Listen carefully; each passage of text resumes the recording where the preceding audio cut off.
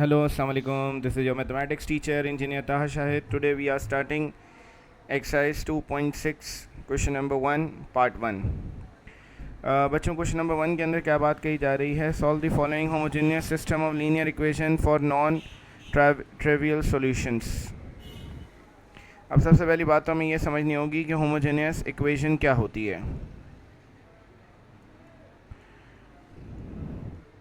बस ऐसी इक्वेशंस, ऐसी सिस्टम ऑफ लीनियर इक्वेशन जिनमें कांस्टेंट नहीं होता, जैसे कि यहाँ पर ये जो इक्वेशंस दी हुई हैं, अगर आप देखें x + 2y 2z is equals to 0. अब इस इक्वेशन के अंदर जो कांस्टेंट है वो 0 है, मतलब कांस्टेंट नहीं है इस इक्वेशन के अंदर, तो ऐसी इक्वेशन को होमोजेनियस इक्वेशन कहते हैं.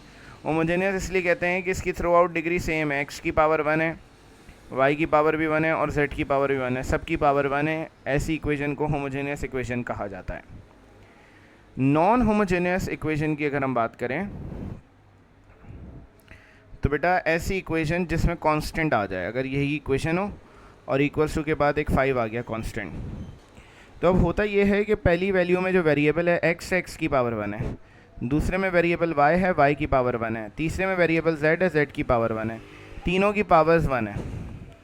लेकिन इक्वल टू के बाद जो नंबर लिखा हुआ है उसके साथ कोई वेरिएबल नहीं लिखा हुआ, ना एक्स के साथ, ना वाई है, ना जेड है, कोई भी वेरिएबल नहीं है. तो इसकी जो डिग्री है ये बेसिकली 0 कहलाएगी.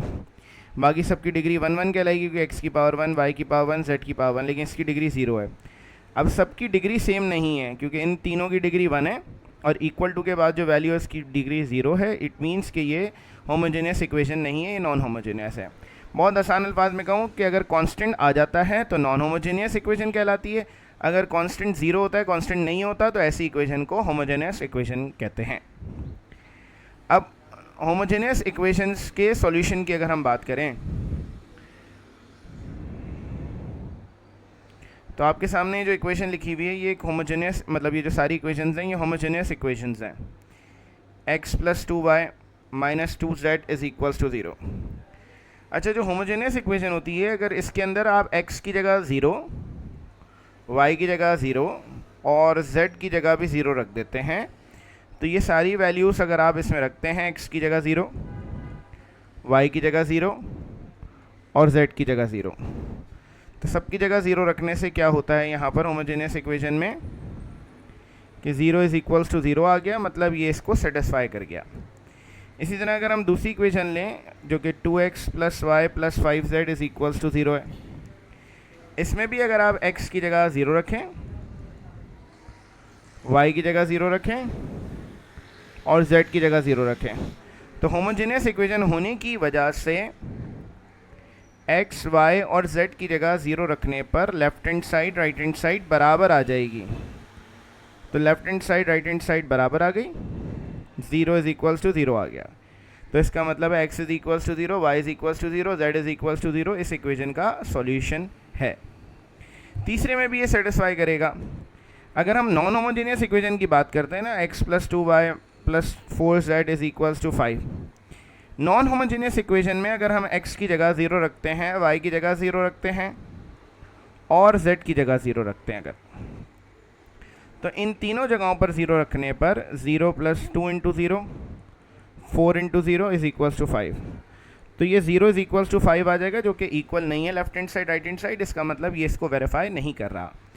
तो x is equals to 0, y is equals to 0, z is equals to 0 हमेशा वेरीफाई किसको करेगा? होमोजेनियस इक्वेशन को, नॉन होमोजेनियस को नहीं करता. अगर किसी इक्वेशन का, होमोजेनियस इक्वेशन के हमेशा जो सॉल्यूशंस आते हैं, अब ये जो 3 इक्वेशंस हैं इनका एक सॉल्यूशन क्या होगा? एक सॉल्यूशन तो ये होगा x is equals to 0, y is equals to 0 and z is equals to 0. बाकी जो सॉल्यूशंस होंगे, कुछ ऐसे सॉल्यूशंस, बाकी जो सॉल्यूशंस होंगे में x is not equals to 0, y is not equals to 0, z is not equals to 0. मिसाल के तौर पे x फॉर एग्जांपल 1 आ जाएगा, y 2 आ जाएगा और z 3 आ जाएगा फॉर एग्जांपल. तो बेटा अगर इक्वेशन के सॉल्यूशंस की अगर हम बात करें, खाली x is equals to 0, y is equals to 0, z is equals to 0 है, तो हम ऐसे सॉल्यूशंस को ट्रिवियल सॉल्यूशंस कहते हैं. और x 0, y 0 और z 0 से हटकर जो सॉल्यूशंस होते हैं, मतलब जिनमें x, y, z तीनों 0 नहीं होते, तो ऐसे सॉल्यूशंस को नॉन ट्रिवियल सॉल्यूशंस कहा जाता है। तो हमें यहाँ पर ऐसे सॉल्यूशंस निकालने हैं जो कि नॉन ट्रिवियल हैं। अब नॉन ट्रिवियल सॉल्यूशंस कैसे निकालते हैं, क्या तरीक़ेकार है बेटा? तो यहाँ पर हमें ऑब्वियसली इक्लॉन फॉर्म की मदद लेनी पड़ती है। इक्लॉन फॉर्म की मदद लेने के लिए हमें पहले इस इक्वेशन को मैट्रिक्स फॉर्म के अंदर लाना होगा। इन सबको हम यहाँ से मिटा देते हैं।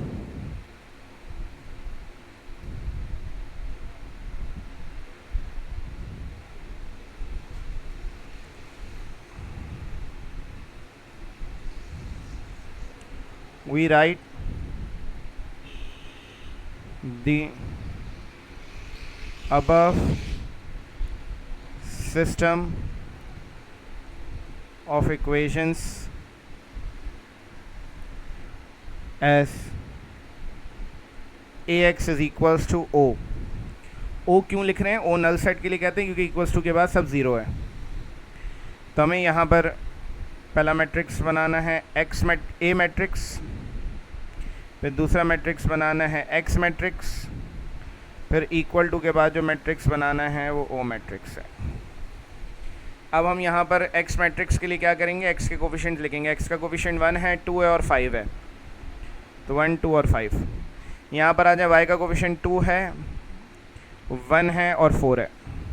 यहाँ पर आ जाए जेड का कोफिशिएंट -2, 5 है और 8 है। वेरिएबल्स की अगर हम बात करें यहाँ पर, तो यहाँ पर जो वेरिएबल्स हैं वो एक्स, वाई और जेड हैं तीनों में। तो 3 वेरिएबल्स हैं x, y, z. Equal to के बाद जो वैल्यू है आपके सामने है कि सब ज़ीरो है, तो यहाँ पर नल मैट्रिक्स आ जाएगा सब ज़ीरो। तो हम यहाँ पर लिख भी देंगे वेयर ए मैट्रिक्स बराबर है 1 2 5, 2 1 4, -2 5 और 8। इसी तरीके से एक्स मैट्रिक्स जो है वो एक्स वाई जेड है, और ओ मैट्रिक्स है मतलब नल मैट्रिक्स है 0 0 0।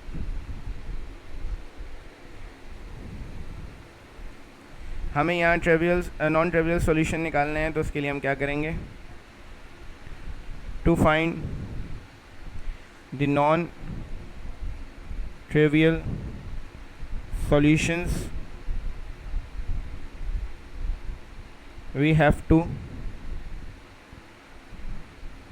convert matrix A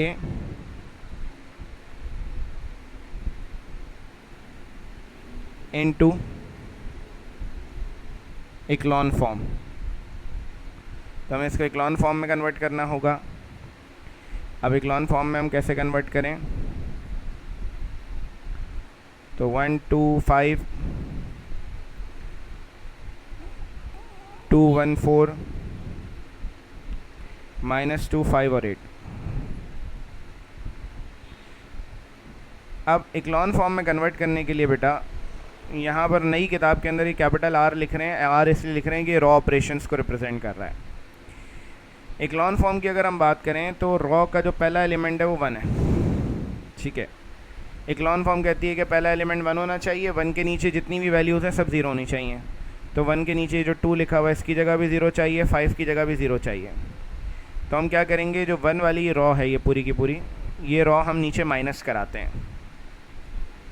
ये 1 नीचे माइनस होगा, ये 2 नीचे माइनस होगा, ये माइनस का 2 यहाँ पर माइनस होगा। अब बेटा मसला ये है कि हमें 1 के नीचे 0 चाहिए। अब 2 में से मैं क्या माइनस कराऊँ कि 0 आ जाए? तो हमें ये बात पता है कि 2 में से 2 माइनस होगा तभी 0 आएगा, वरना 0 नहीं आएगा। तो इसीलिए हम क्या करते हैं कि हमने नीचे 1 माइनस करा, इसको 0 बनाने के लिए इसके साथ 2 लगा देंगे। अब पहली वैल्यू के साथ 2 लगा रहे हैं तो सबके साथ 2 आ जाएगा। यहाँ पर लिख भी देंगे बाय क्या किया हमने? R2 minus 2R1।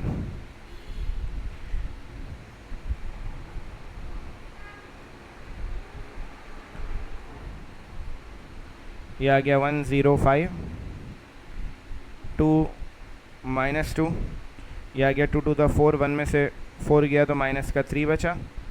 ये आ जाएगा minus minus plus 2 to the 4, 5 + 4 9 आ गया। ये आ गया 4 और 8।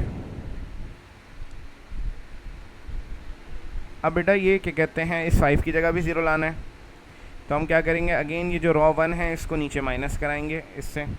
5 में से 1 माइनस हुआ, 4 में से 2 माइनस हुआ और -2 माइनस हुआ। अब बेटा क्योंकि मुझे यहाँ पर 0 लाना है तो 5 में से 5 माइनस होगा तभी 0 आएगा, इसीलिए मैं 1 को 5 से मल्टीप्लाई कराऊंगा। तो यहाँ भी 5 आ जाएगा और यहाँ भी 5 आ जाएगा, सब जगह 5 आ जाएगा। तो मैंने यहाँ पर लिख दिया भाई बाय R3 माइनस 5 R1।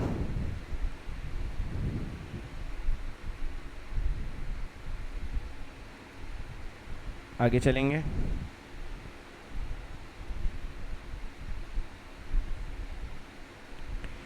ये आ गया 1 0 0, 2 माइनस 3, तो ये आ जाएगा 4 माइनस 10 मतलब -6। ये आ गया -2 9 और ये आ जाएगा 8 + 10 मतलब 18। अब बेटा क्या कहते हैं, सेकेंड रॉ पर आएंगे। सेकेंड रॉ में 0 के बाद जो भी नंबर है इसको 1 बनाना है। तो इसको 1 बनाने के लिए हम क्या करेंगे कि जो रॉ 2 है उसको मल्टीप्लाई करा देंगे इसके रेसिप्रोकल से, मतलब 1/-3 से। समझ ले -3 से हम डिवाइड कर देंगे पूरी रॉ को, तो -3 इसके डिवाइड में भी आएगा, इसके डिवाइड में भी आएगा और इसके डिवाइड में भी आएगा। अच्छा ये शो करना ज़रूरी नहीं है डिवाइड, आप डायरेक्ट भी रिज़ल्ट लिख सकते हैं। ये 1 0 0, ये आ गया 2 1 -6 -2 -3 और 18। बेटा इक्लॉन फॉर्म कहती है कि जो सेकेंड रॉ है 0 के बाद जो भी नंबर 1 है उसके नीचे 0 लाना है।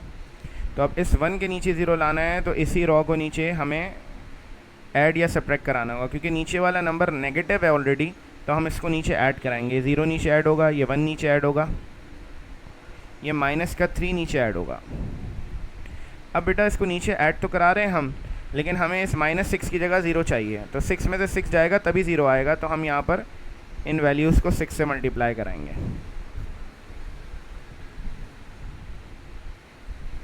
तो हम यहाँ पर लिख भी देंगे भाई बाय R3 + 6 R2।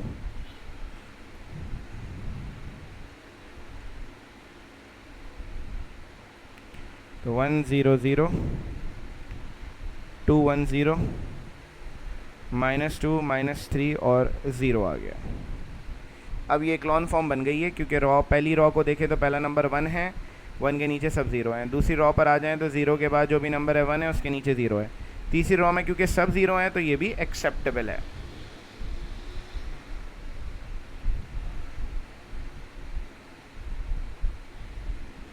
अब ये क्लोन फॉर्म बन गई है, हमें इसका रैंक निकालना है। हमें ये बात पता है since rank of A is equals to, कोई भी मैट्रिक्स का जो रैंक है वो बराबर होता है नंबर ऑफ नॉन ज़ीरो रोज़ के। तो इस मैट्रिक्स के अंदर कितनी नॉन ज़ीरो रॉज है हमें ये देखना है, मतलब ऐसी रॉ जिनमें सब ज़ीरो ना हो। बेटा आपके सामने है जो तीसरी रॉ है, ये एक ऐसी रॉ है जिसमें तमाम वैल्यूज़ ज़ीरो हैं। तो इसका मतलब है कि ये जो रॉ है ये ज़ीरो रॉ कहलाएगी। ये जो ऊपर वाली दो रॉज हैं इनको हम नॉन ज़ीरो रॉ कहते हैं, क्योंकि इनमें सब ज़ीरो नहीं है। तो इस सवाल में दो ऐसी रॉज हैं जो कि नॉन ज़ीरो हैं। दूसरी चीज़ हमें यहाँ पर निकालनी है n। n है नंबर ऑफ अननोन्स, मतलब आसान अल्फाज में कहें तो नंबर ऑफ़ वेरिएबल्स जो हमारे पास सवाल में है। तो इस सवाल के अंदर हमारे पास जो वेरिएबल्स हैं वो टोटल 3 है, x, y और z। तो यहाँ पर अगर आप रिलेशन देखें तो क्या रिलेशन बन रहा है कि rank of a is less than n, मतलब n की वैल्यू बड़ी है और a का जो मतलब रैंक है वो छोटा है। तो जब भी ऐसा होगा तो हमारे पास जो सिस्टम है उसके अंदर इनफाइनाइट सॉल्यूशंस होंगे।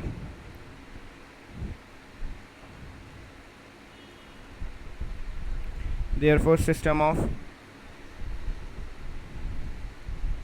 equations has infinite many solutions। तो इनफाइनाइट मैनी सॉल्यूशंस हैं। अब एग्जाम्पल में भी देखेंगे तो वहाँ पर एक बोल्ड किया हुआ है और बताया हुआ है कि आपने ये 2 कंडीशंस याद करनी है। बट अगर आप यहाँ पर गौर करें तो यहाँ पर आपके सामने नोट लिखा हुआ है, आपने ये याद करना है। It has only trivial solution अगर रैंक बराबर होगा n के, रैंक ऑफ a। अगर ऐसा नहीं है, मतलब rank of a is less than n है, तो it has trivial as well as infinite many non trivial solutions होंगे। तो ये आपने याद रखना है।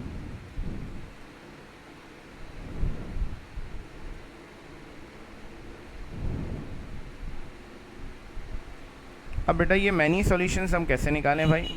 तरीक़ेकार इसका ये है कि आपने यहाँ पर इक्वेशंस बनानी है।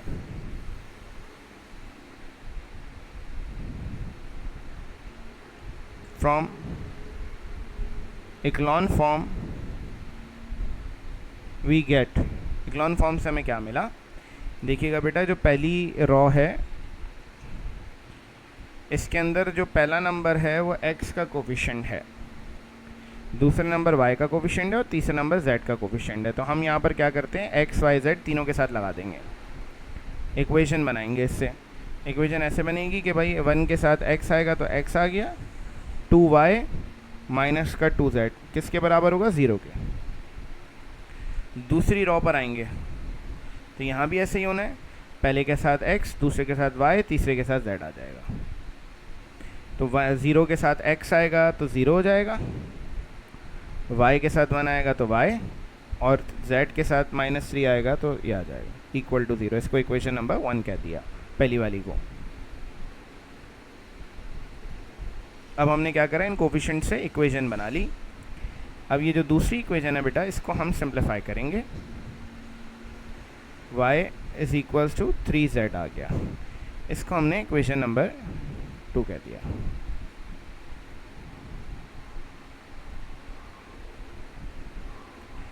तो हम यहाँ पर लिखेंगे भाई, there are 2 equations for 3 unknown variables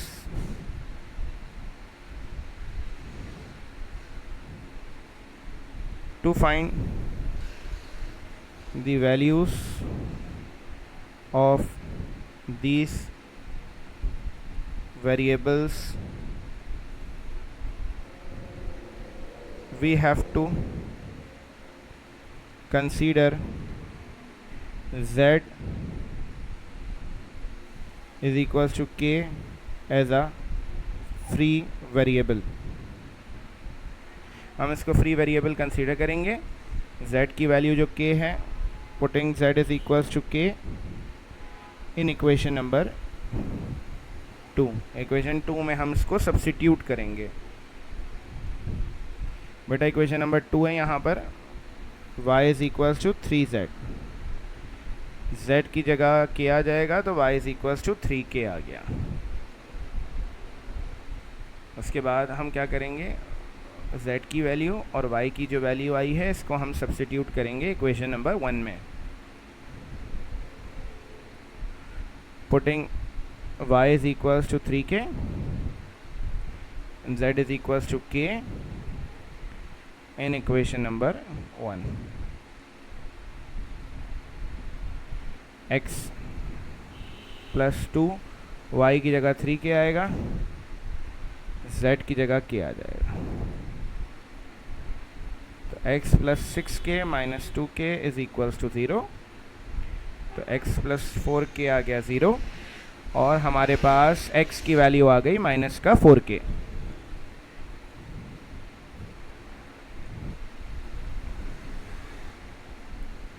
x is equals to minus 4k, y is equals to 3k,